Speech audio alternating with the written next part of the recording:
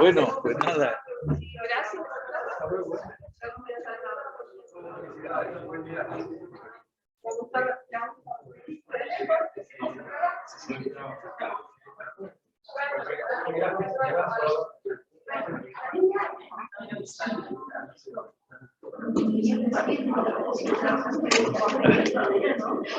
Buenas tardes.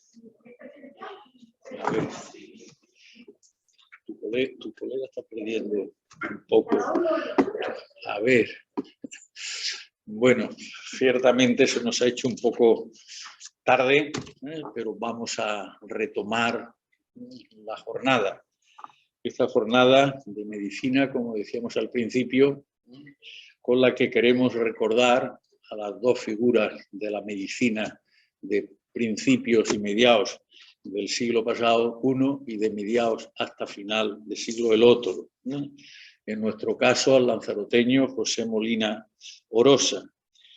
Bueno, ahora tenemos la conferencia de Sebastián Delgado Díaz, doctor en química, de ingeniería química, catedrático de ingeniería química de la Universidad de La Laguna, uno de nuestros preclaros académicos numerarios de la Academia de Lanzarote, y que nos visita con harta frecuencia, por tanto es suficientemente conocido y no hace falta que yo diga más palabras sobre él.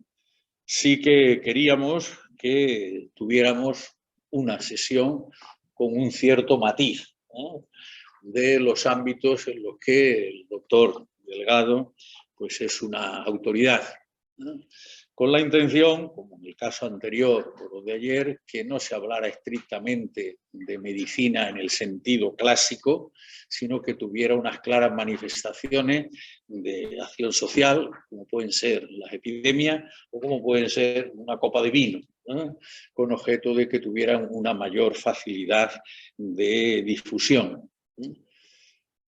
Estamos grabando y estamos también difundiendo, ¿no?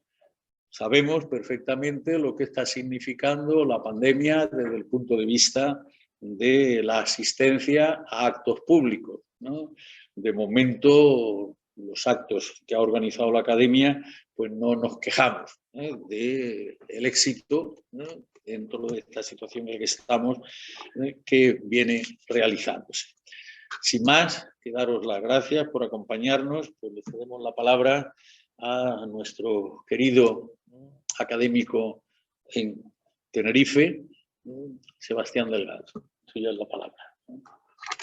Ilustrísimo señor presidente, ilustrísimos académicos, señoras y señores, en primer lugar tengo que dar las gracias al amigo Paco, como yo lo llamo, por invitarme a esta sesión, para mí bastante comprometida, el tener que hablar de salud ante un grupo de especialistas en medicina como los que están aquí.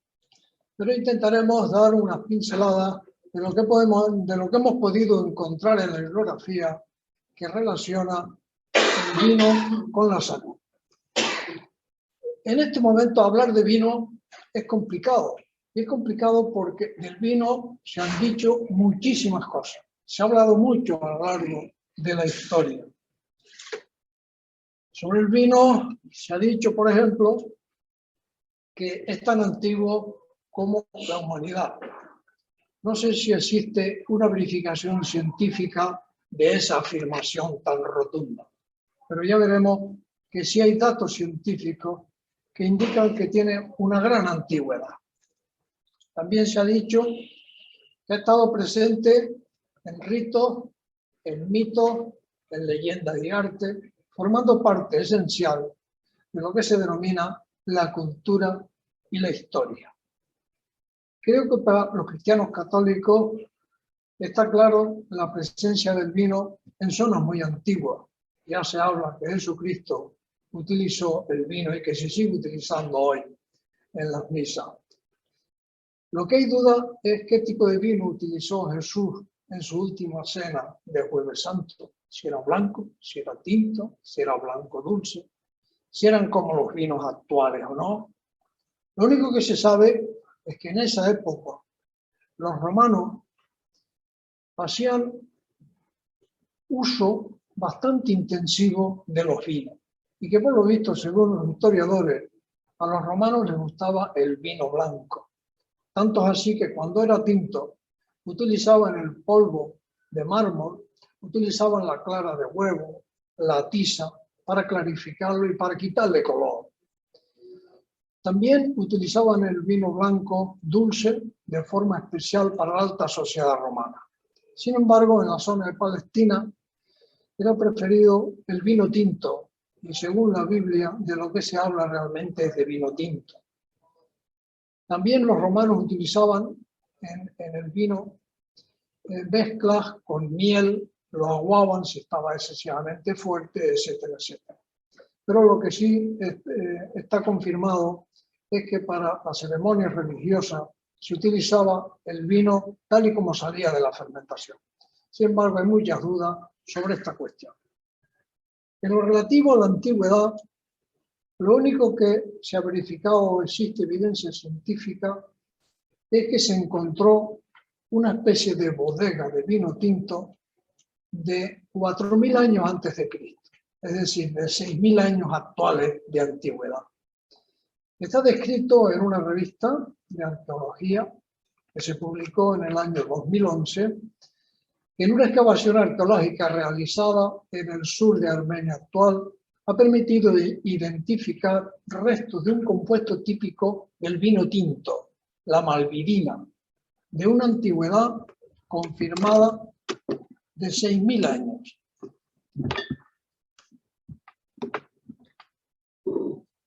Sobre el vino indicamos que se han dicho muchísimas cosas. Existen frases célebres que se han atribuido también a personajes históricos. Vamos a citar solamente algunas. Por ejemplo, Platón ya indicaba que el vino era la leche de los ancianos, lo que quiere dar a entender de que posiblemente los beneficios del vino son mayores en gente mayor que en gente joven, como así parece que se está confirmando en la actualidad científicamente. También Plinio el Viejo indicaba in vino veritas, es decir, en el vino está la verdad. Como pueden observar, son muchas las frases célebres que se han dicho. En relación con la sociedad, Alejandro Dumas indicaba que la comida es la parte material de la alimentación, pero el vino es la parte espiritual de nuestro alimento. Y no es el único que decía eso. Ya Mahler, en la canción de la tierra, en el primer movimiento de la canción básica de la miseria terrenal, decía que un vaso de vino en el momento oportuno vale más que todas las riquezas de la tierra. Hemingway decía que el vino es la cosa más civilizada del mundo. Y de hecho, hoy en día no se concibe una buena mesa sin un buen vino presente en el mismo. Está claro que la importancia del vino a lo largo de la historia es evidente que ha sido muy importante en toda la sociedad. En relación con el vino y la ciencia, la primera pregunta que surge es ¿cuál es el origen de las cualidades del vino que tanta importancia ha tenido a lo largo de la historia? Y ahí es donde empieza el papel importante de la ciencia en el conocimiento del vino. Ya Pasteur indicaba que hay más filosofía y sabiduría en una botella de vino que en todos los libros existentes. El primer hito en el conocimiento del vino nace precisamente con Louis Pasteur, cuando investiga el mecanismo de la fermentación del mosto y su transformación. Llega a la conclusión de que la transformación fundamental del zumo de uva en lo que se llama vino ocurre a través de grupos de microorganismos.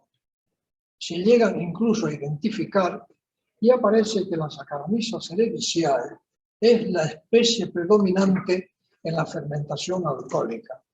Además, la transformación del azúcar en etanol ocurre en ausencia de oxígeno. porque en presencia del oxígeno, lo que se llama condiciones aerobias, lo que ocurre es una multiplicación rápida de biomasa de las propias, de las propias levaduras, pero que cuando falta el oxígeno, el mecanismo cambia y entonces se produce la transformación de la glucosa en etanol. Y explica incluso de forma breve cómo es el mecanismo de transformación. De tal manera que se identifica la glucosa como el componente fundamental que se va a transformar por acción de la levadura Saccharomyces cerevisiae. Una vez que se obtiene la masa de levadura suficiente, no hay oxígeno suficiente, se produce la transformación en etanol, se desprende dióxido de carbono y se forman también otros componentes como la glicerina y muchos más. Y al mismo tiempo, esa reacción bioquímica es exotérmica, o sea, se desprende calor, con lo que influye mucho, como se ha visto posteriormente en la enología, la forma de controlar el parámetro a través de la temperatura. También indicaba Pasteur que no eran solamente las levaduras las causantes de la transformación del mosto en vino. Si una vez que se obtiene el vino, pueden desaparecer las levaduras y aparecer nuevos microorganismos, especies bacterianas, que contribuyen a continuar los pasos de transformación, de tal manera que si no se tenía cuidado, una parte del alcohol puede ser transformado por bacterias acéticas en ácido acético. El vino se avinagra, el vino, por tanto, se acidifica y, por tanto, habría que controlarlo. El conocimiento de la fermentación y los posibles mecanismos ha dado lugar a una ciencia interesante a lo largo del tiempo, que es la enología. Y se puede decir que hoy en día, con el conocimiento científico de la composición del vino, las velocidades de reacción y cómo se controlan, se pueden obtener vinos a la carta. Hoy se obtienen vinos, no son vinos sintéticos, son vinos naturales, pero perfectamente controlables para obtener lo que se desea en la parte comercial.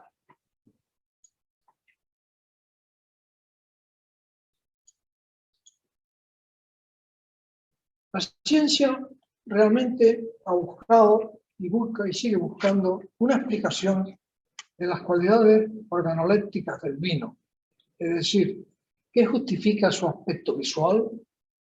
¿Qué justifica su perfil olfativo tan complejo? ¿Qué justifica su perfil gustativo? ¿Y qué justifica que evolucione en el tiempo de forma diferente? Esto es lo que busca la ciencia. Y entonces se basa en tratar de encontrar los componentes clave que justifiquen esas cualidades organolépticas. El científico, el químico, el biólogo, el médico, etcétera, etcétera, cuando analiza la transformación, pues de forma mental ve las moléculas, los átomos, los enlaces, los microorganismos, etcétera, etcétera. Hasta dar con la composición. La composición media de los vinos, aunque es muy variable, si tomamos uno como medio, un estándar, y calculamos su composición media, nos sorprende posiblemente a primera vista que el 96% aproximadamente es agua. Y luego tenemos alrededor de un 12%, que es lo que se llama el grado, que es etanol, generalmente etanol. Y queda un 2% de otra infinidad de componentes enormes, miles de componentes, que constituyen, la mayoría son aromáticos, constituye la gran riqueza organoléptico de los grandes vinos. Entre ese 2%, estos componentes aparecen en concentraciones muy pequeñas, pero son la clave de la calidad de los vinos. Por resumir, algunos, por ejemplo, sustancias dulces que aparecen, como pueden ser los azúcares. Azúcares que proceden de la uva, como la glucosa, la fructosa, la graminosa, etcétera, etcétera. También aparecen alcoholes, generalmente después de una fermentación microbiana. Aparece el etanol, aparece el glicerol o glicerina y aparecen otros alcoholes también diversos. Pero no solo eso. Aparecen sustancias de carácter ácido que influyen en las características gustativas del vino. Aparece ácido tartárico, muy característico del vino. Aparece el málico, aparece el cítrico y aparecen otros. Hay que indicar que el málico tiene un sabor un poco más fuerte que otros ácidos. Y entonces, por ejemplo, después de la fermentación alcohólica, aparece una segunda fermentación, que a veces no se nota, y que se produce a través de bacterias, que es lo que se llama la fermentación maloláctica, de tal forma que transforma el ácido málico en ácido láctico, que es mucho más suave, y que se busca especialmente en vinos tintos. Pero aparte de esos ácidos que proceden de la uva, aparecen otros como consecuencia de la fermentación. Son ácidos como el succínico, el láctico, que ya lo hemos citado, el acético, que no se desea que aparezca, y otros más. Pero no son los únicos componentes. Aparecen unos que son clave, especialmente en vinos tintos. Son las sustancias amargas, astringentes y colorantes. Unas proceden de la uva, otras se aportan de la madera o se forman durante la crianza de los vinos, cuando estos se someten realmente a crianza, a envejecimiento controlado. Y tal vez uno de los grupos más importantes en la actualidad, con mucha información bibliográfica por estudios que se han realizado, está relacionado con los denominados polifenoles. De hecho, hay grupos de estudio que se llaman el grupo de los polifenoles. Entre ellos aparecen los antocianos, son los responsables del color rojo-violeta, o aparecen las flavonas, que da el aspecto amarillo verdoso a los vinos, especialmente a los vinos blancos. Aparecen los conocidos taninos, especialmente los taninos condensados, sobre todo en vinos envejecidos aparecen los taninos condensados, que dan el aspecto o la sensación de amargo. Y otro, de forma muy particular, citamos a uno, que es el resveratrol. Y citamos el resveratrol porque en la literatura científica, en los últimos años, aparecen del orden de los 8.000 artículos en que se cita el resveratrol. Y ya veremos por qué. También la ciencia ha estudiado en qué parte de la uva se encuentran distribuidos los distintos componentes, porque eso influye en la forma de elaborar el vino. La uva hay que prensarla, y según se prense más suave o más fuerte, se extraen unos componentes o se extraen otros. Por ejemplo, se sabe que en la zona intermedia, que es lo que saldría de un primer prensado suave, lo que se libera son azúcares y ácido tartárico. Pero en la zona central, muy próximo donde se encuentra la semilla, las pepitas, es donde tendríamos el resultado de un prensado un poco más intenso, lo que se llama el segundo prensado. Y de ahí se desprendería también azúcar, pero aparecería el ácido málico. Ácido málico que puede ser interesante para los vinos blancos jóvenes, pero que no resulta de tanto interés para los vinos tintos. Interesa una relativa suavidad, el equilibrio con el resto de componentes. Y luego tenemos en la parte exterior, donde tenemos la piel o el pellejo, la zona periférica, es la que ocurriría con un prensado muy intenso o mediante una maceración, que es lo que ocurre en la elaboración de vinos tintos. Ahí se aporta realmente la astringencia característica de los vinos tintos, aporta acidez, aporta aroma en cantidades importantes, aporta color y aporta algunos minerales, entre ellos el potasio, algunas oxidasas, etcétera, etcétera. Este conocimiento de la distribución de componentes en la uva es clave para el elaborador del vino, especialmente para el enólogo, y poder controlar mediante un prensado una calidad u otra en el vino resultante final. También ha resultado interesante hoy en día el controlar la maduración de la uva. ¿En qué momento es oportuno hacer la vendimia para obtener la máxima calidad del vino? Lo que sí se sabe, por muchos estudios realizados, es que en la parte final, cuando empieza la maduración del embero, la maduración, se produce una transformación importante de los ácidos del vino en azúcar. Hay una transformación interna de ácido en azúcar. De tal manera que a medida que la uva va madurando, los ácidos disminuyen en favor del aumento de azúcar. Si queremos un vino con alta graduación alcohólica, deberemos tener alta concentración de azúcar. Si queremos un vino que resulte mucho más fresco al paladar, sobre todo en vinos blancos, a lo mejor hay que vendimiar un poco antes, sacrificando el contenido de azúcar y con ello la graduación alcohólica en favor del contenido ácido que le da cierta frescura al paladar. Esto también ha llevado a un control en campo del momento oportuno de la vendimia en función del contenido en glucosa y el pH del vino que se mide a través del contenido ácido, más que la fuerza ácida.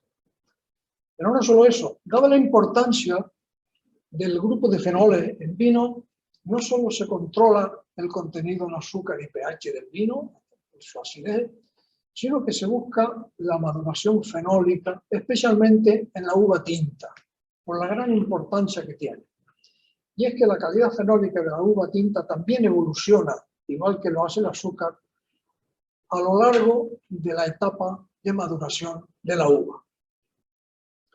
Hoy existen varios métodos sencillos de medida de la maduración fenólica a través de unos índices que no vamos a comentar, pero que en esta gráfica se puede observar que a medida que va pasando el tiempo, después que la uva empieza a madurar, no solo aumenta el contenido en azúcar y disminuye la acidez, sino que el contenido en fenoles también está cambiando y pasa de la sensación herbácea a la de fruta fresca, a la de fruta madura y a la de fruta muy madura. Los fenoles finales, el momento oportuno, parece que corresponde al de fruta madura y no es fruta excesivamente madura, para obtener el equilibrio más adecuado. También sabemos ya que durante el estrujado y por efecto de la maceración con la piel de la uva tinta, se aportan esas sustancias colorantes y astringentes, que son los polifenoles, al mosto y al vino.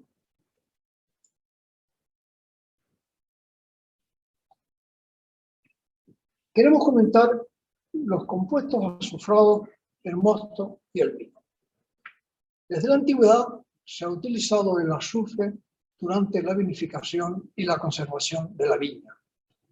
Y existe la falsa idea de que los compuestos azufrados que se detectan a veces en el vino responden al azufre utilizado en la elaboración, o bien de azufre elemental que se quema dentro de la barrica para proporcionar dióxido de azufre, ese dióxido de azufre que tanto está hoy en día en la isla de La Palma porque sale del volcán por su toxicidad, porque es muy tóxico.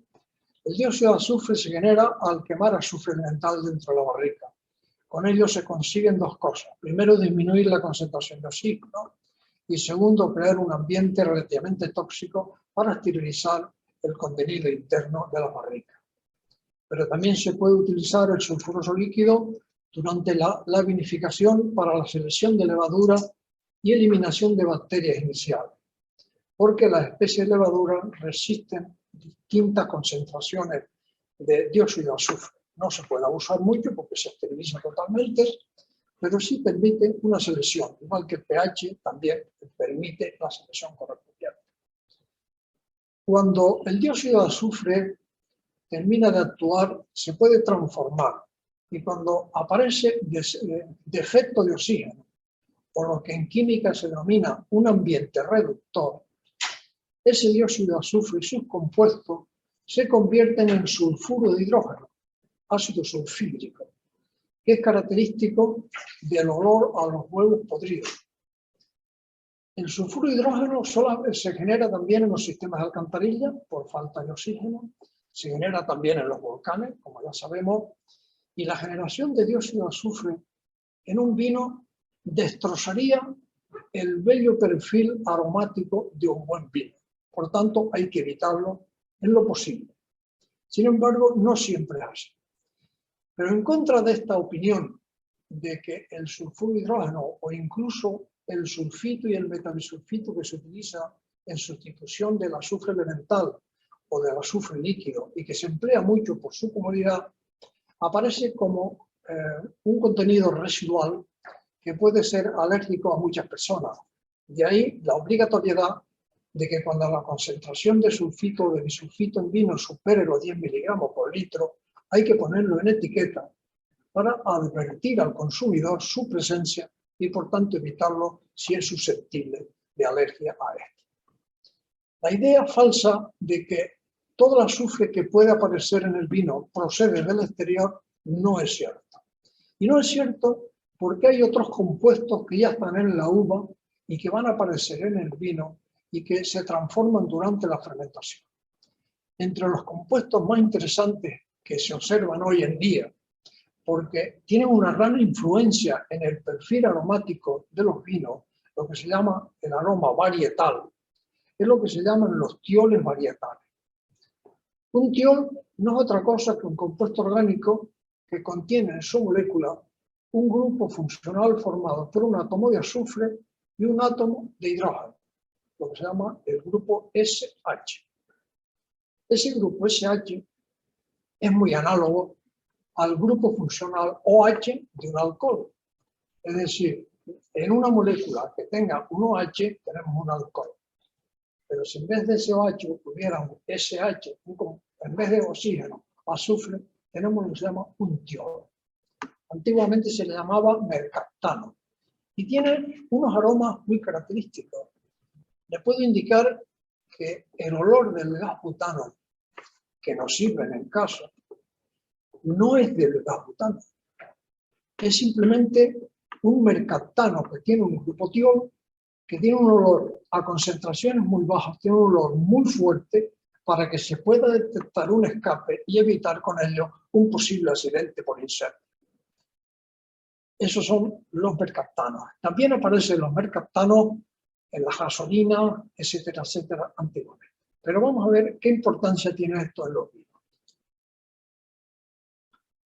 Indicar que los tiolos varietales proceden de la uva, pero no aportan aroma hasta que no son liberados en las primeras etapas de la fermentación. Están ocultos.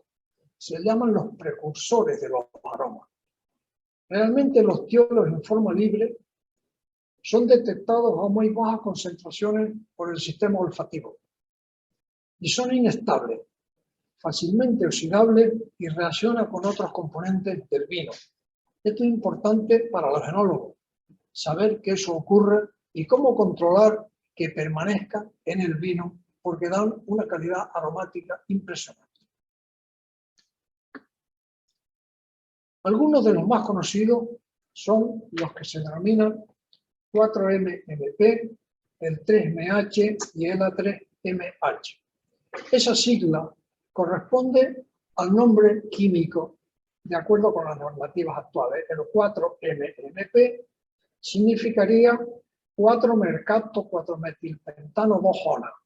Fíjense que aparece el grupo mercapto, el mercaptano SH. El 3-MH significa 3-mercaptohexanol y el A3-MH acetato de mercaptoxil. Bien. Estos precursores que están en la uva se liberan en la fermentación y aportan al perfil aromático de los vinos.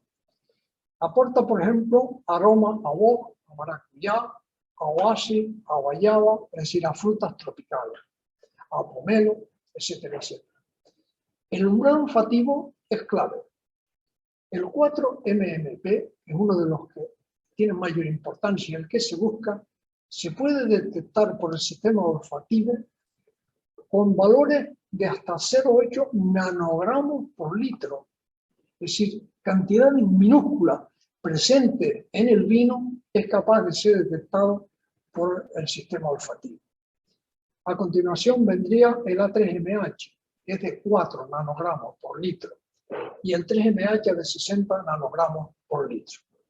Estos son los tiolos varietales. Son compuestos que contienen azufre. Pero no solo eso. Se ha visto desde hace unos años a esta parte de un antioxidante importantísimo en nuestro organismo, que hoy en día sigue apareciendo como el mejor antioxidante natural que disponen las células humanas, también está en las células vegetales. Es lo que se llama el glutatión. El glutatión también se ha visto que está presente en mosto y vino.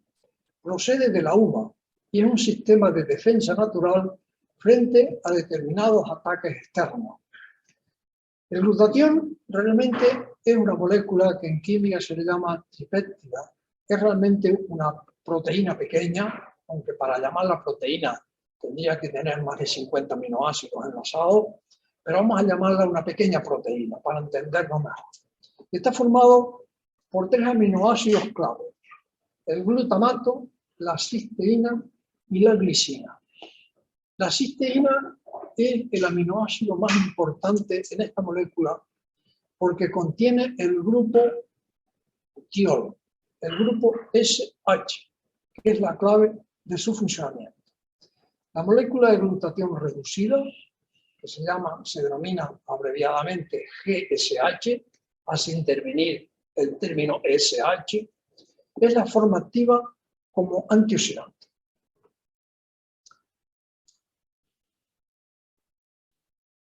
La concentración de glutatión en la uva varía muchísimo dependiendo de la variedad de uva, depende de la climatología, de la forma de cultivo, de la forma en que se elabora el vino, etcétera, etcétera.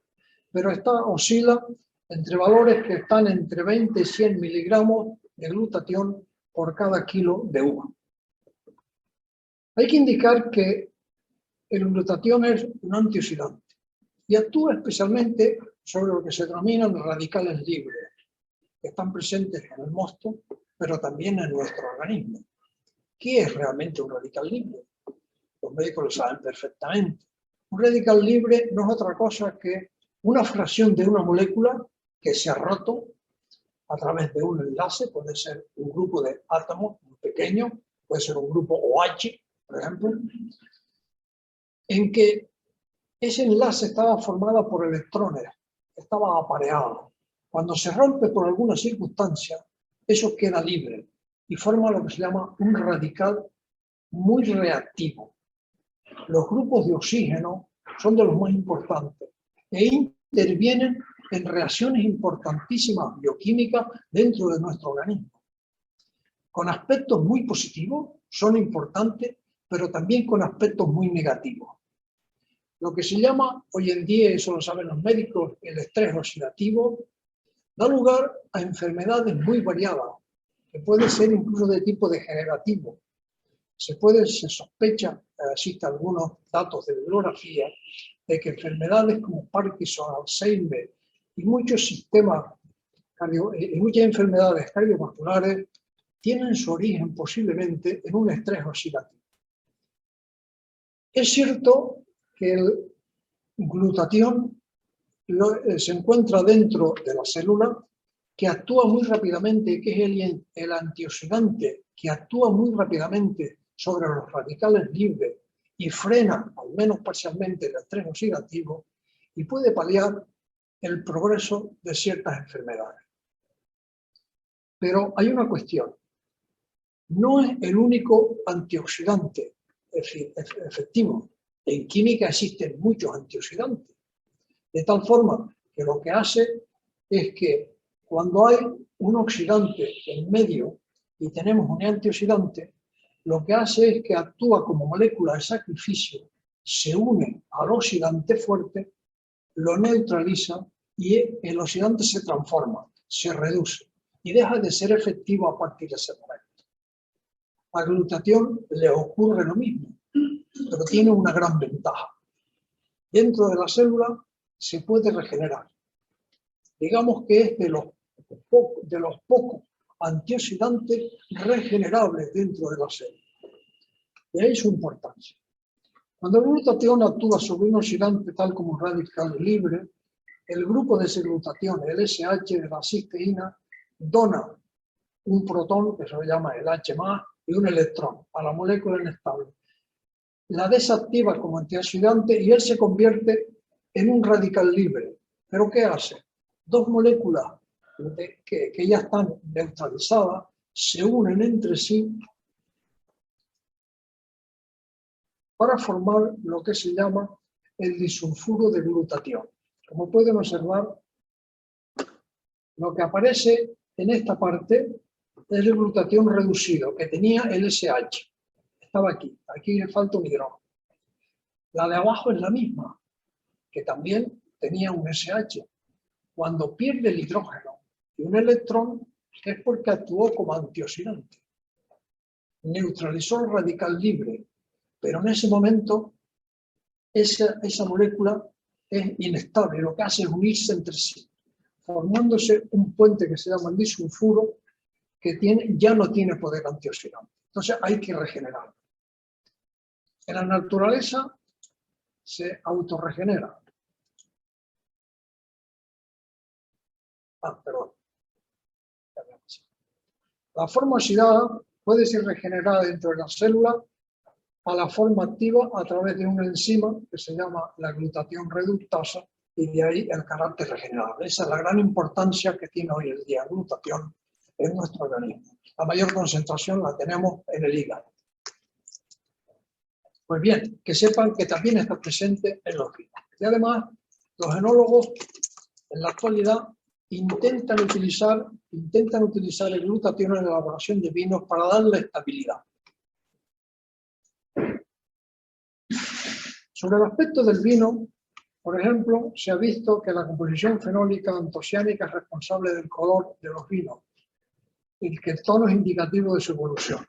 Así, por ejemplo, los vinos jóvenes tienen un color rojo azulado como consecuencia de antocianos libres, mientras que los vinos evolucionados, especialmente los vinos tintos, cuando apreciamos un color rojizo con tonos teja, es una indicación clara de que se trata de un vino reserva o gran reserva, posiblemente porque está muy evolucionado. Es consecuencia de los antocianos combinados.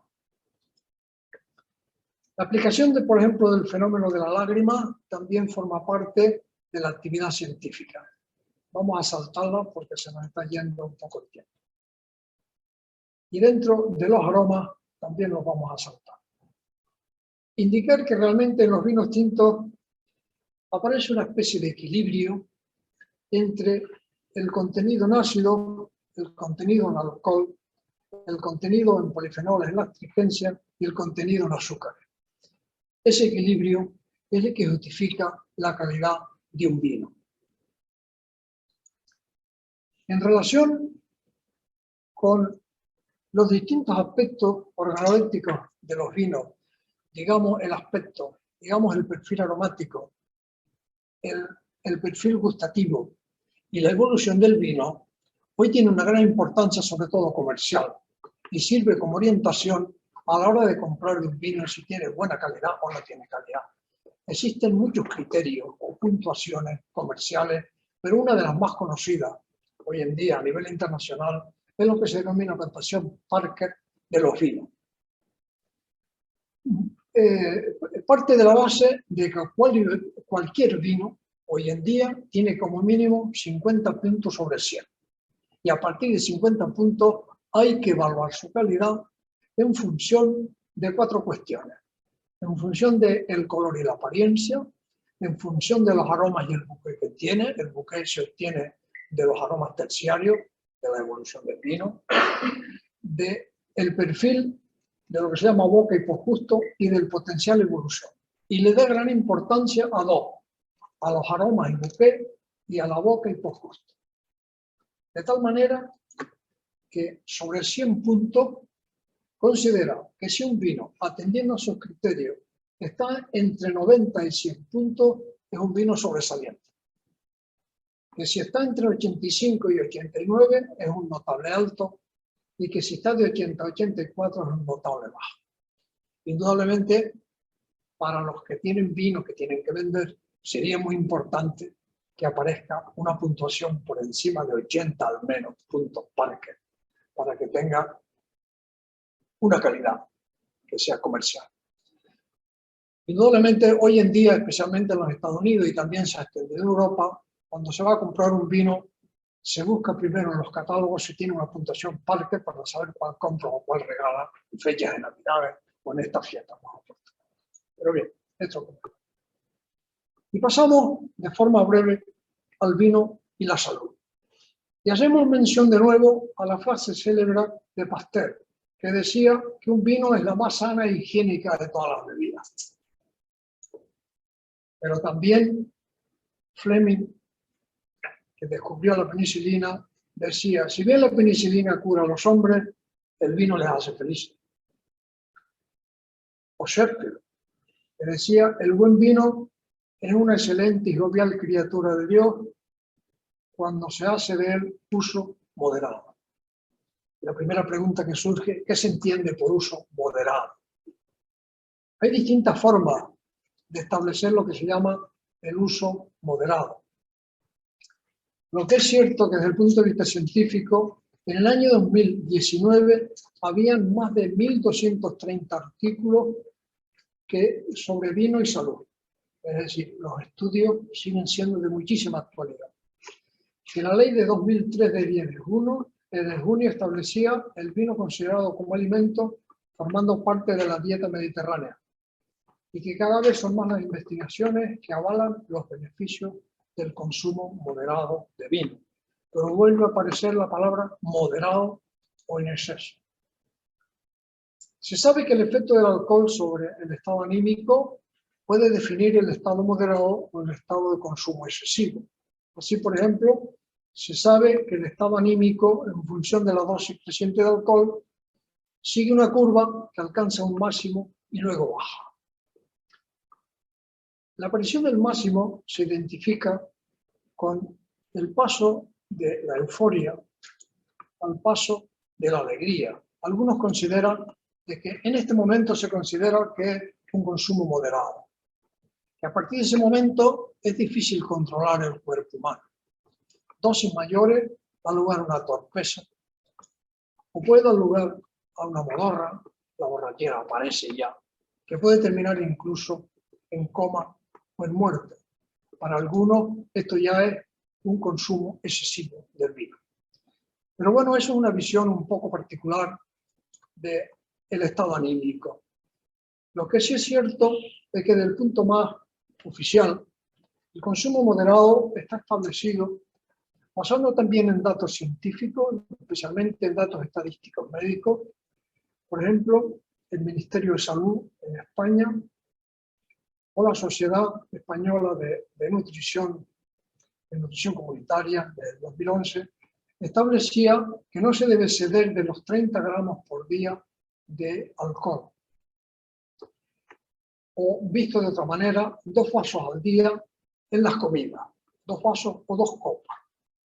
Esto, pasado a números, significaría entre 250 y 400 gramos de bebida al día, que equivale a menos de 20 gramos de alcohol para el caso de los hombres y menos de 10 gramos de alcohol por día, en la mitad, para el caso de las mujeres.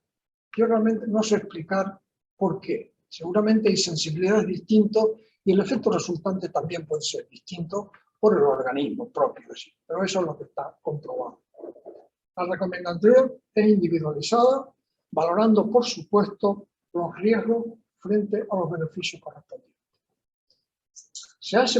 Es fácil hacer un cálculo teniendo en cuenta la graduación alcohólica del vino, la densidad del etanol, de aproximadamente un 0,8 gramos por mililitro, y por tanto calcular el número de copas que habría que tomar para estar dentro de lo establecido a nivel oficial. De tal manera que se considera que 2 copas, una en el almuerzo y otra en la cena, compartida en la comida, es beneficioso para la salud por distintos motivos. Esta diapositiva la he tomado de unas jornadas que se celebraron en Madrid hace unos años y corresponde a la doctora Carvajal. La he tomado directamente de internet con su autorización. La propia Carvajal, en su alocución, en ese momento trataba de justificar esas dosis moderadas de vino, especialmente de vino tinto en las comidas, a través de estudios estadísticos de mortalidad hecho con muchísimas personas y comparándolo con las personas que no bebían vino, con los abstemios, de tal forma que el consumo de alcohol se relaciona, especialmente el vino tinto, con la mortalidad en función del número de copas que se toma a lo largo del día. Aparece, como puede observarse, un mínimo en el riesgo o en la mortalidad anual. Eso se corresponde, ese mínimo se corresponde con un número determinado de dosis o de copas de vino que se deben tomar, siempre en la comida. Y las globales ocurre lo mismo, sobre todo la coronaria. Siempre aparece un mínimo que se relaciona con el consumo semanal de alcohol. Eso es lo que justifica que a partir de los 48 gramos de alcohol por día desaparecen ya los beneficios del vino y empieza a aparecer el riesgo correspondiente.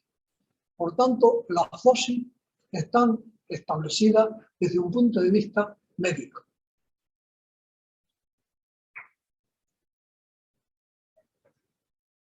Últimamente he bajado de internet algunos artículos y me he fijado en el resumen final o las conclusiones a las que se llega. Por ejemplo, en esta investigación del año 2019, en el artículo que se publica por estos autores, resumen que la investigación destaca que el consumo bajo y moderado de vino se asocia con un menor número de casos nuevos de diabetes tipo 2, o sea que hay una cierta incidencia en mejorar este otro. O bien este otro artículo, también del año 2019, explica que el consumo de vino blanco añejo con moderación modula factores de riesgo cardiovasculares a través de un efecto sobre células endoteliales progenitoras y biomarcadores inflamatorios. También hay algunos más. Este, por ejemplo, que es también de 2019, Vino y Salud, es una revisión bibliográfica de los artículos que aparecieron hasta ese momento, indicaban que una serie de estudios suministran beneficios cuando se consume de forma regular y moderada. El vino ya es beneficioso para la salud, principalmente relacionado con su composición fenólica. Hace referencia, por tanto, al vino tinto preferentemente. Aunque desde hace muchísimo tiempo el vino ha estado muy relacionado con la evolución de la medicina y el consumo de vino tinto está ahora reconocido por la medicina como beneficioso para la salud. Los componentes, por tanto, del vino tinto son conocidos como potenciales antioxidantes y se ha identificado como beneficioso incluso contra el cáncer, antiinflamatorio y propiedades antimicrobianas. Los componentes presentes en el vino tinto muestran que pueden ser considerados como una alimentación funcional. En definitiva, se puede considerar el efecto beneficioso por dos cuestiones. Por los polifenoles, son los que más influyen, y por la presencia del etanol, y que tienen protección cardiovascular contra el cáncer, la diabetes, enfermedades neurodegenerativas, especialmente el Alzheimer. Y volvemos de nuevo a citar el resveratrol. El resveratrol aparece en miles de artículos recientes, su estudio. Hay también informaciones controvertidas sobre si es cierto o no todo lo que se dice de las propiedades benéficas del resveratrol. Pero la molécula de resveratrol presente en el vino tinto disminuye e incluso bloquea el estrés oxidativo que está relacionado con muchas patologías, como las cardiovasculares, las neurodegenerativas, Alzheimer, y por todo esto, un consumo moderado de vino se ha considerado saludable. Se puede decir que el consumo moderado de vino tiene efectos beneficiosos para la salud. Todo es relativo, una sola copa, pero depende de su tamaño. Hay una regla que se llama la regla de oro del vino. Dice que es una bebida de convivencia y que deben ser compartidos. Yo estoy completamente de acuerdo con ello. Por lo tanto,